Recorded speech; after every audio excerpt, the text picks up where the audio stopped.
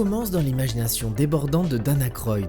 Avant même d'être l'un des piliers du Saturday Night Live et une star de la comédie américaine des années 80, c'était surtout un passionné de phénomènes étranges, élevé dans une famille où les histoires de fantômes faisaient partie du quotidien.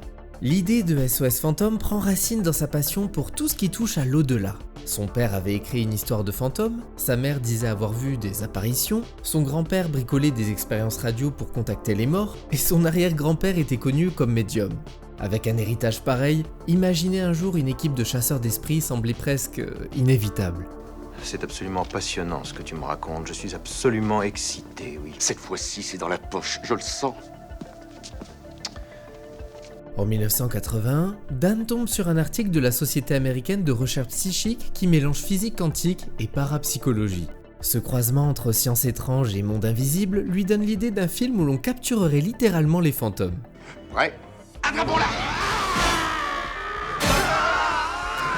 Il émet aussi la possibilité de remettre au goût du jour les vieilles comédies fantastiques du milieu du XXe siècle. Porté par cet enthousiasme, il écrit une première version du scénario en pensant jouer aux côtés d'Eddie Murphy et de son ami John Belushi. Mais en mars 1982, ce dernier meurt brutalement. Dan racontera qu'il était en train d'écrire une réplique pour lui quand il a appris la nouvelle. Pour continuer le projet malgré tout, il se tourne vers un autre camarade du Saturday Night Live, Bill Murray, qui accepte le rôle sans même signer quoi que ce soit.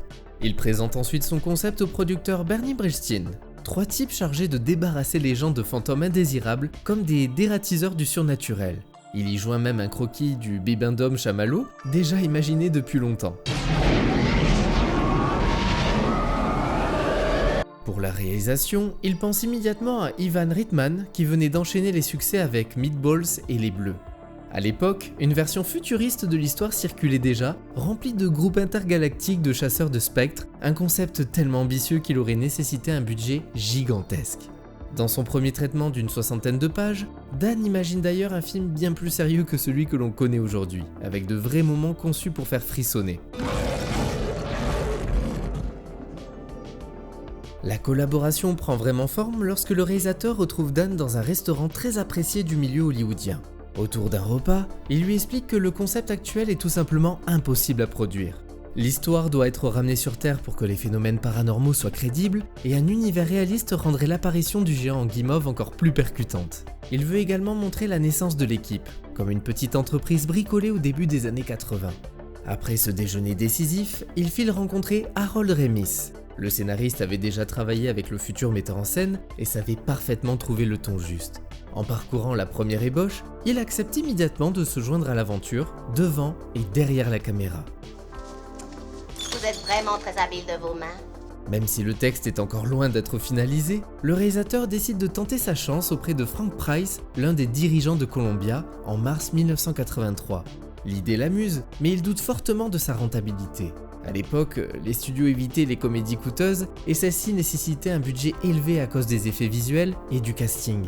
Le cinéaste annonce alors un budget estimé à entre 25 et 30 millions de dollars, un chiffre sorti un peu au pif. À sa grande surprise, le feu vert tombe.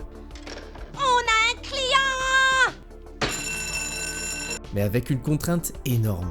Le film doit sortir avant juin 1984. Le compte à rebours commence. 13 mois pour fabriquer un long métrage sans scénario final, sans studio d'effets spéciaux et sans date de tournage. Pour renforcer l'équipe, il fait appel à 2 partenaires de longue date, Joe Medjuck et Michael Seagrass, qui deviennent producteurs associés. Pendant ce temps, le PDG du studio, Fay Vincent, envoie un avocat pour tenter de dissuader Price de soutenir le projet. Mais peine perdue, l'émissaire revient en disant que l'homme est incontrôlable. Un autre obstacle s'ajoute à la pile, le titre. Ghostbusters appartient déjà à une vieille émission pour enfants produite par Universal dans les années 70. On brainstorme alors des alternatives, comme Ghoststoppers, Ghostbreakers ou Ghostmashers. Mais finalement, tout se débloque lorsque Price quitte Columbia pour rejoindre Universal. Il revend le nom pour 500 000 $ et un petit pourcentage des bénéfices. Mais grâce aux subtilités comptables d'Hollywood, Universal ne touchera jamais un centime. Qui c'est qu'on appelle ? Quelqu'un d'autre. Une fois le projet lancé, le trio se plonge dans une longue période de réécriture. Pendant près de 2 semaines, ils s'enferment littéralement dans le sous-sol travaillant presque en continu. Dan balance toutes ses idées d'un bloc, mélangeant humour et jargon paranormal, tandis que Ramis affine les gags et précise les dialogues. Leur méthode est simple, chacun écrit de son côté, puis ils réécrivent mutuellement leurs pages. Beaucoup d'idées disparaissent dans ces sessions marathon, comme un asile hanté par des célébrités ou un entrepôt de spectres dissimulé dans une station-service. Leur première version est bouclée à la mi-juillet 1983 et une troisième mouture, quasiment définitive, arrive début août. Bon bah tapez-moi quelque chose, hein, histoire d'utiliser le matériel. Et ne me fixez pas avec vos yeux de merlan frit. Juste après le tournage du fil du rasoir, Bill Murray rejoint les deux auteurs à New York. Il ne fait quasiment aucune remarque. Ramis, qui avait déjà écrit pour lui de nombreuses fois, savait exactement comment adapter ses dialogues à son humour si particulier. On va pas s'en faire parce qu'on porte en toute illégalité des accélérateurs nucléaires sur nos combinaisons. Ouais. Dès le départ, la dynamique du trio est claire. Ramis joue le cerveau du groupe, Dan le cœur, et Murray apporte l'ironie et le charme. Dans la première version, l'équipe devait obéir à un chef, mais Ramis préfère une bande qui se construit seule, ce qui permet des personnalités plus affirmées. Le réalisateur, lui, se concentre sur le fil conducteur de l'histoire. Quel est l'objectif principal? Qui représente la menace? Pourquoi les phénomènes paranormaux s'intensifient? Et surtout, comment intégrer le bibendum chamallow dans un récit ancré dans une réalité presque crédible? Dans le premier traitement, la créature géante surgissait 20 minutes après le début du film. L'idée plaît beaucoup, mais il craint qu'elle arrive trop tôt dans une histoire qui doit d'abord poser ses bases. Eh oui, c'est bien le bibendum chamallow. Pendant que le scénario se solidifie, il cherche aussi un studio capable de gérer les effets visuels. C'est à ce moment-là qu'il parvient à convaincre Richard Edlund, l'un des plus grands spécialistes du moment, de superviser toute la partie technique. Pour former l'équipe à l'écran, on a donc déjà le trio, mais ils seront suivis par Ernie Hudson. Est-ce que vous croyez aux ovnis, à la métapsychique, aux mouvements télékinésiques et aux mythes de l'Atlantide? Et contre un chèque avec beaucoup de zéros, je peux croire tout ce que vous dites. Pour le personnage de Dana, la surprise vient de Sigourney Weaver. On l'attendait dans des rôles plus sérieux et intenses, mais son audition impressionne tout le monde. Elle va jusqu'à imiter un chien possédé. Elle décroche le rôle et propose même que son personnage soit directement lié au phénomène surnaturel, ce qui ajoute du poids émotionnel à l'histoire.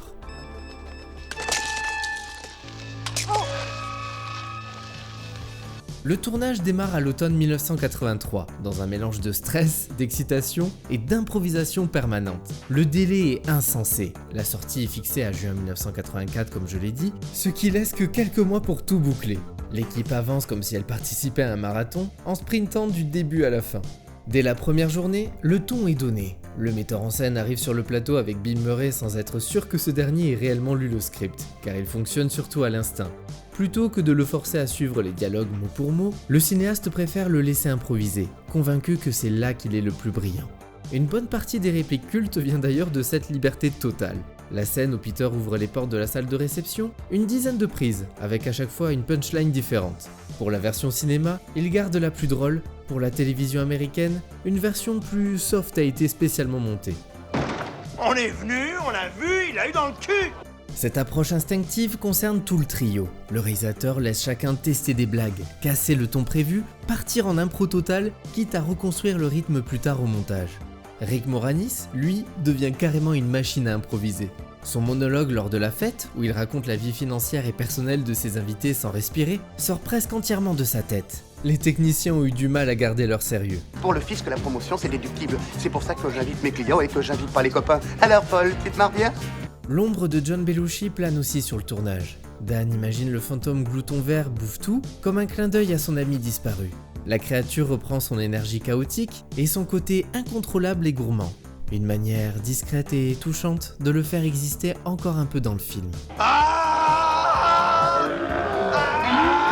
À New York, le tournage prend souvent l'allure d'un braquage cinématographique. Beaucoup de scènes sont filmées sans autorisation pour capter l'énergie brute de la ville. Certaines prises sont faites au milieu des passants, d'autres vite expédiées avant que la police ne s'en mêle. Cette méthode donne au film son authenticité, mais laisse aussi une réputation compliquée. Les autorités mettront des années à pardonner ce joyeux chaos. Ce côté sauvage entraîne forcément des soucis logistiques. Par exemple, lors d'une scène de fin, le plateau provoque un embouteillage gigantesque. Les flics s'énervent, un chauffeur de limousine est tiré de force par la fenêtre, et au milieu de cette pagaille, Dan se retrouve face à Isaac Asimov, l'un de ses auteurs préférés. Mais l'écrivain lui lance simplement que le tournage rend la vie impossible à tout le quartier. Pas vraiment le moment de gloire qu'il imaginait. Les effets spéciaux reposent entièrement sur une approche artisanale. Tout doit être fabriqué en vrai. Le spectre de la bibliothèque est obtenu en filmant une actrice séparément avant de recomposer son image. Et les tiroirs qui explosent en projetant des fiches sont animés grâce à de l'air comprimé et des mécanismes cachés. Mais la star des trucages reste le Bibendum. Dan voulait un mélange de douceur et de menace, une mascotte de publicité devenue un cauchemar géant. Le fameux monstre est en réalité une immense combinaison en mousse portée par Bill Bryan qui s'inspire de la démarche de Godzilla pour lui donner ce côté massif et un peu maladroit. Plusieurs costumes sont fabriqués et la plupart finissent détruits pendant des prises. Lors du final, des centaines de litres de mousse à raser parfumée à la menthe sont utilisés pour simuler la pluie de marshmallows et un acteur reçoit accidentellement une bonne partie de l'avalanche. Mais bon, au moins, ça sentait bon. l'Ecto-One, elle aussi a le droit à son anecdote. Contrairement à d'autres productions, il n'existe qu'une seule Cadillac modifiée pour tout le tournage. Pas de temps, pas de budget pour une deuxième, toute l'équipe la traite comme une relique, ce qui n'empêche pas la voiture de tomber en panne. Heureusement, les scènes essentielles sont déjà dans la boîte. Aujourd'hui, ce modèle unique est devenu une pièce de musée. La pression est tout aussi forte pour l'équipe des effets visuels. Au lancement de la production, tous les studios spécialisés sont déjà occupés sur d'autres films. Impossible de leur confier plusieurs centaines de plans. À ce moment-là, le réalisateur apprend que Richard Edlund, pilier d'ILM, envisage de quitter la société pour monter sa propre structure. Columbia accepte alors de financer ce nouveau studio en partenariat avec MGM. Boss Film Studios vient de naître. Mais le temps perdu laisse moins de 10 mois pour tout construire, pour tourner et livrer environ 600 plans truqués. Cette urgence impose une méthode radicale. La plupart des effets doivent être réussis quasiment en une seule prise. Edlund et son équipe travaillent jour et nuit, inventant des solutions techniques à mesure que les scènes se présentent.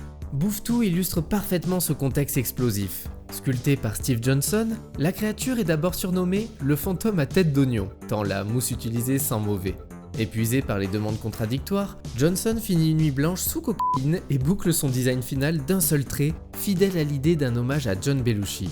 La marionnette grandeur nature, très coûteuse et complexe, est portée par Mark Wilson, filmée sur fond noir et animée par des câbles pour obtenir cet effet flottant et visqueux. Les autres monstres ne sont pas en reste. Les chiens de la terreur sont animés en stop motion à partir de modèles imposants réduits à un quart de leur taille. Une simple scène de poursuite peut demander plus de 30 heures de travail, image par image. Oh merde!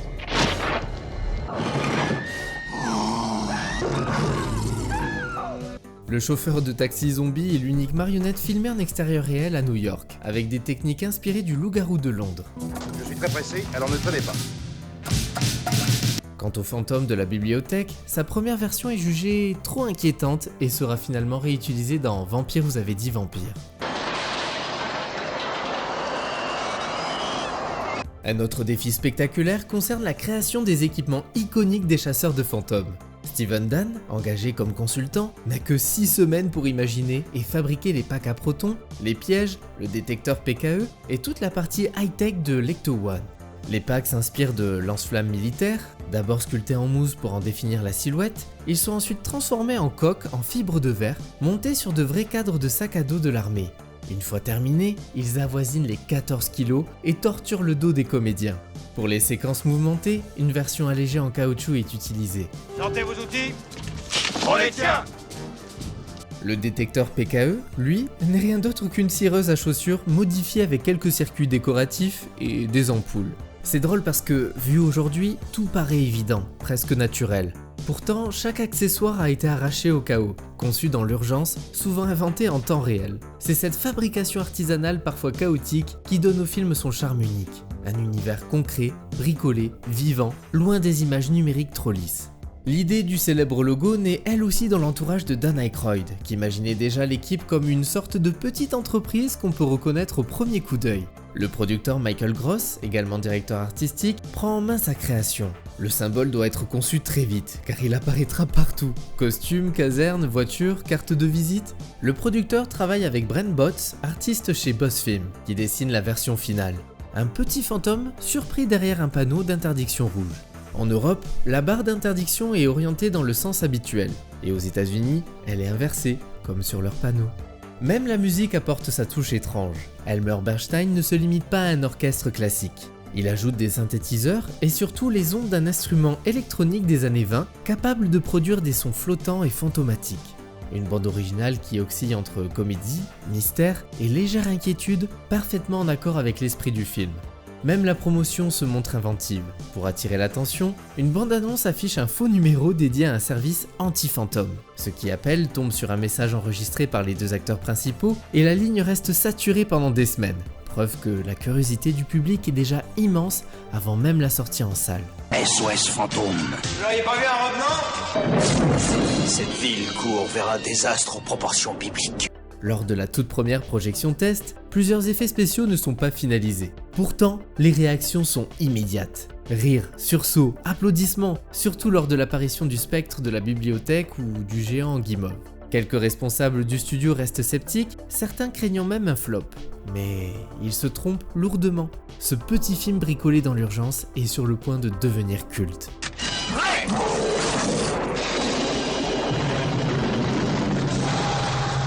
SOS Fantôme.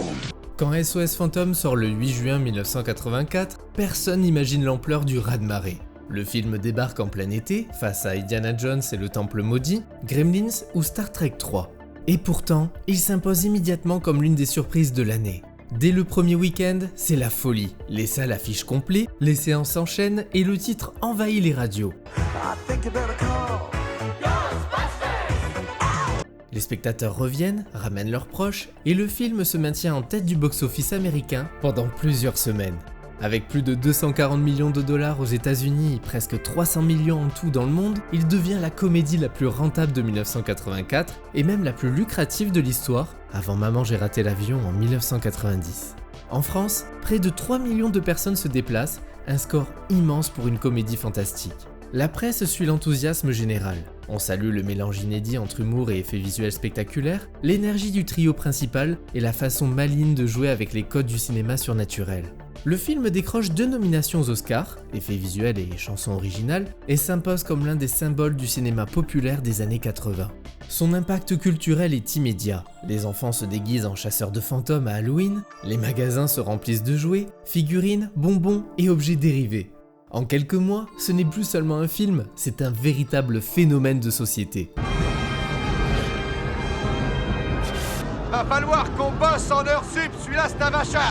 Après le triomphe du premier opus, l'idée d'un second film semble évidente. Enfin, en théorie seulement. En pratique, la mise en route du projet tourne au casse-tête. Les tensions internes deviennent presque aussi célèbres que le film lui-même. En 1986, David Putnam prend la tête de Columbia Pictures et complique immédiatement la situation. Hostile aux grosses productions, il préfère miser sur des films plus modestes, souvent européens, destinés à un marché international. Pour lui, SOS Fantôme appartient surtout à l'ère de Frank Price, son prédécesseur, et il ne souhaite pas perpétuer cet héritage. Son objectif, remodeler le studio à son image et pas financer une suite jugée trop coûteuse. Alors vous me les envoyez très vite au tapis et vous faites ce qu'il faut pour qu'ils y restent très longtemps. Mais Reitman expliquera plus tard que Putnam n'était pas entièrement responsable du blocage, parce que même après son départ, rien ne bouge vraiment. Le frein majeur vient du quatuor créatif. En effet, aucun n'était pressé à replonger dans l'aventure. Pendant près de 3 ans, les acteurs refusent tout simplement de faire un deuxième film. Quand l'intérêt commence enfin à revenir, Murray est déjà engagé sur Phantom en fait. Et quand il se libère, cette fois, c'est le scénario qui n'existe pas encore. En 1987, la tension monte d'un cran. En avril, Putnam annonce publiquement que le tournage commencera en novembre sans avoir consulté le réalisateur qui n'a même pas lu la version du script. Quelques mois plus tard, en septembre, Putnam est renvoyé. Son départ est directement lié à son conflit très médiatisé avec Murray et son agent, Michael Ovitz. Putnam avait attaqué l'acteur dans la presse, le qualifiant de star surpayée et ingrate. Il s'était aussi mis à dos les agences hollywoodiennes, celles-là même qui représentent Ramis, Dan Aykroyd et Reitman. Don Steele lui succède à la tête de Columbia. À peine arrivé, on lui fait comprendre que la priorité absolue est de lancer SOS Fantôme 2. Je casse le jugement. Je classe l'après. On a gagné. Le studio accumule les échecs depuis le succès du premier film et cette suite apparaît comme un moyen de se remettre d'aplomb. Mais un nouveau problème surgit, les salaires. Les 3 acteurs principaux réclameraient 10 millions de dollars. Et au-delà de l'argent, les relations entre les principaux intéressés se sont refroidies après le succès phénoménal du premier opus. Ramis admettra plus tard qu'il fallait dissiper quelques tensions pour repartir sur des bases saines. En mars 1988, ils mangent tous ensemble et tout se déroule dans une ambiance étonnamment positive. Finalement, tout le monde accepte de repartir ensemble.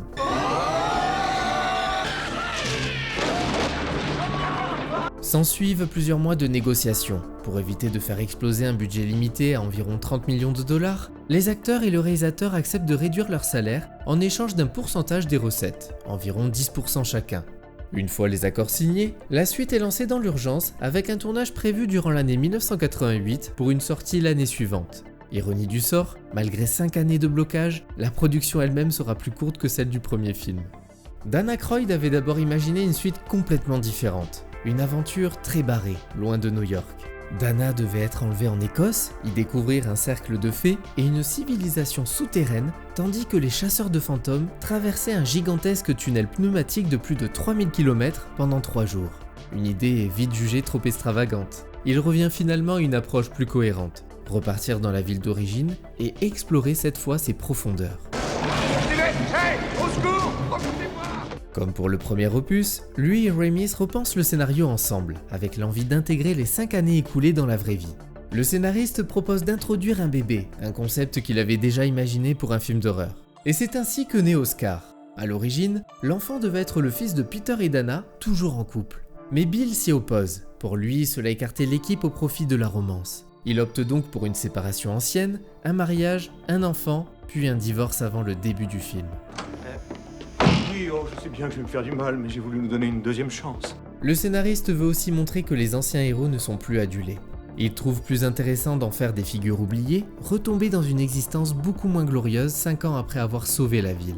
L'idée fondatrice du film, la célèbre rivière de slime, arrive très tôt. Le scénariste imagine cette matière rose comme la manifestation physique des émotions négatives d'une grande métropole. Colère, frustration, violence quotidienne, il trouve amusant l'idée que la seule solution soit que New York devienne gentil. Malgré les nombreuses réécritures, ce concept central restera intact. Les sentiments humains deviennent une menace réelle. Une contrainte inattendue influence aussi l'écriture.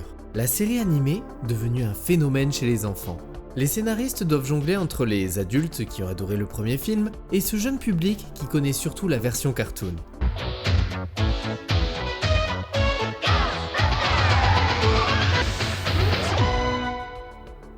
Le tournage démarre donc dans une ambiance très différente. Le studio veut clairement orienter la franchise vers un divertissement familial.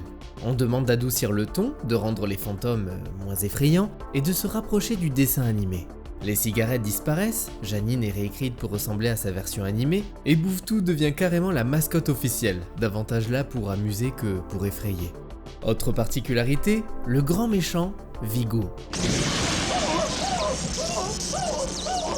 Wilhelm von Homburg possède la présence physique idéale, mais son anglais approximatif et son accent compliquent les choses. En post-production, sa voix est entièrement doublée par Max von Sydow, ce qui renforce son aura sinistre. Vigo, the Scourge of Carpathia.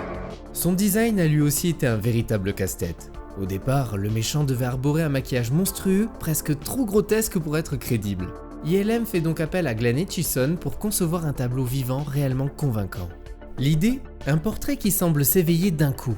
Plusieurs concepts sont testés, mais ils tombent souvent dans l'esthétique Conan le barbare, bien trop caricaturale.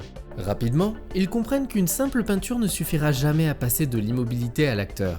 Ils construisent alors un véritable décor miniature imitant une toile. Mais quand ils tournent la séquence où l'acteur sort littéralement de la toile, l'effet ne fonctionne pas du tout. Le metteur en scène rejette la scène et toute la fin doit être repensée en urgence. Dans le montage final, les interactions autour du tableau reposent sur une image modifiée.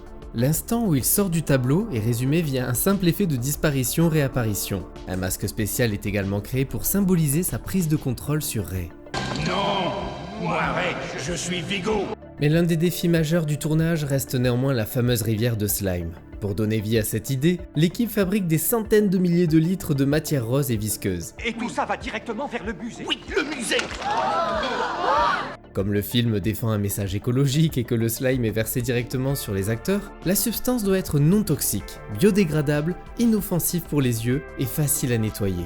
Je vous aime, les mecs. Le mélange final utilise du métocel et des colorants alimentaires comme dans le Blob.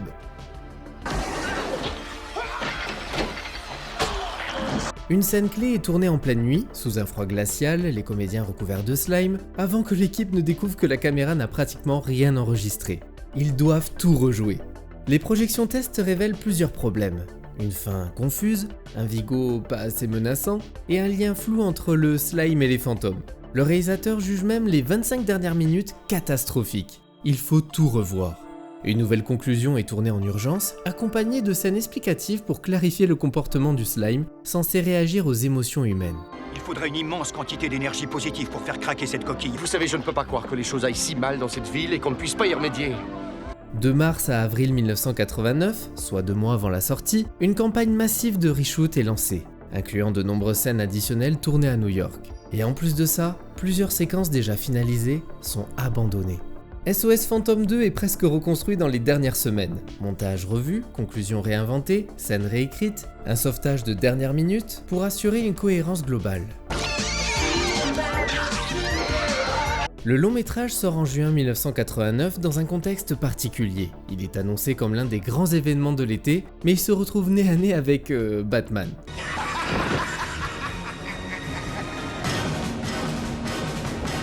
Malgré cette concurrence écrasante, les chasseurs de fantômes restent une valeur sûre. Le démarrage est énorme, près de 29 millions de dollars en un week-end, un record battu quelques jours plus tard par le film de Burton. Avec environ 35 millions de budget, SOS Phantom 2 récolte 215 millions dans le monde. Un succès solide, même s'il n'atteint pas les sommets du premier opus qui était proche des 300 millions. En France, plus de 2 millions de spectateurs font le déplacement. Par contre, l'accueil critique, lui, est beaucoup plus partagé. On reproche au film de trop copier le premier, sans retrouver la folie ou le ton légèrement plus adulte de l'original. Certains y voient une version trop sage, alignée sur le dessin animé. D'autres parlent d'un produit dérivé plutôt qu'une véritable proposition artistique. On pointe aussi le manque de risque et une intrigue très proche du premier film. Pour autant, tout n'est pas négatif. La dynamique du groupe fonctionne toujours, Murray fait mouche, Weaver apporte du charme, et l'imagerie autour de Vigo marque durablement les esprits. Avec le temps, le regard sur le film s'adoucit. Sa tonalité très fin des années 80 et son ambiance plus familiale ont contribué à lui apporter une affection nostalgique. Alors oui, ça reste une suite imparfaite, mais attachante. Moins ambitieuse, mais suffisamment généreuse pour occuper une place importante dans la saga.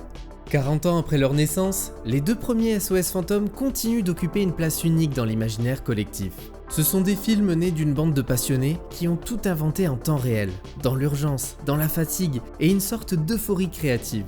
Rien n'était garanti, tout semblait impossible, et pourtant, ils ont créé un univers immédiatement reconnaissable, peuplé de gadgets bricolés, de créatures improbables et d'un humour qui fonctionne encore aujourd'hui. Si ces films restent aussi aimés, c'est parce qu'ils sont profondément humains.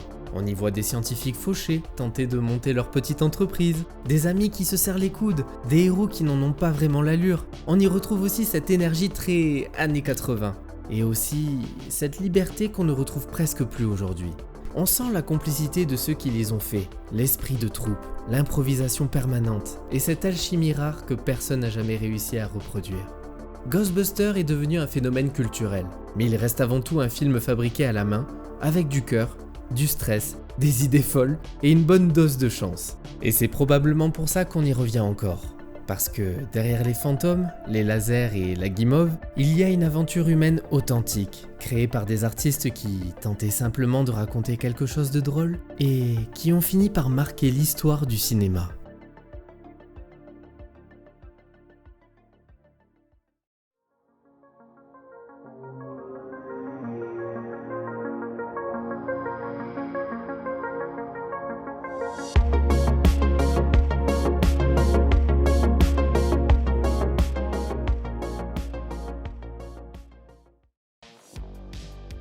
Lors du tournage de la scène d'ouverture, un technicien manipule un câble qui devait simplement soulever légèrement une étagère.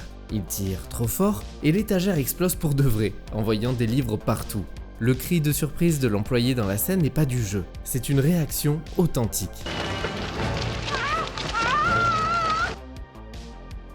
La caserne utilisée comme QG existe vraiment à New York. Les pompiers racontent depuis longtemps que le bâtiment serait hanté par le fantôme d'un ancien soldat du nom de Yogi. Quand l'équipe tourne sur place, les pompiers leur souhaitent bonne chance. D'ailleurs, ce lieu emblématique peut être revu quelques années plus tard dans The Mask. Dan Aykroyd voulait que l'explosion finale embaume la salle d'une odeur sucrée, au point de proposer d'utiliser du marshmallow fondu dans le costume du géant. L'équipe lui explique que c'est impossible et potentiellement mortel pour l'acteur enfermé dedans. Ils abandonnent l'idée et remplacent tout par des montagnes de mousse à raser parfumée à la menthe. Du coup, sur le plateau, tout le monde sentait le dentifrice. Pour les grognements des créatures, les ingénieurs du son ont récupéré des enregistrements de leur propre chien, un bulldog français. Ils ont ensuite mélangé ça avec des sons d'animaux sauvages et des rots humains. Résultat, un mix improbable qui rappelle un peu les bruitages gluants d'Alien. Dans le second film, le bébé Oscar est joué par 2 jumeaux. Problème, dès que Bill Murray les prenait dans ses bras, il se mettait à hurler, mais seulement avec lui. Les scènes avec Bill ont donc été filmées en vitesse, entre 2 crises de larmes. Dans la scène où le tableau de Vigo change, on peut voir que les yeux du portrait bougent légèrement avant même l'effet principal. Ce mouvement est tellement discret que les fans l'ont repéré, mais des années après la sortie. Le fantôme qui lève 2 doigts sur l'affiche n'est pas un simple clin d'œil. Sa pose est directement inspirée de Joe Medjuck, l'un des producteurs de la saga. Lors d'une réunion, il lève 2 doigts pour dire numéro 2, et l'artiste Brent Bott s'en sert comme modèle pour le dessin final. C'est l'un des premiers logos de l'histoire du cinéma à annoncer lui-même sa propre suite.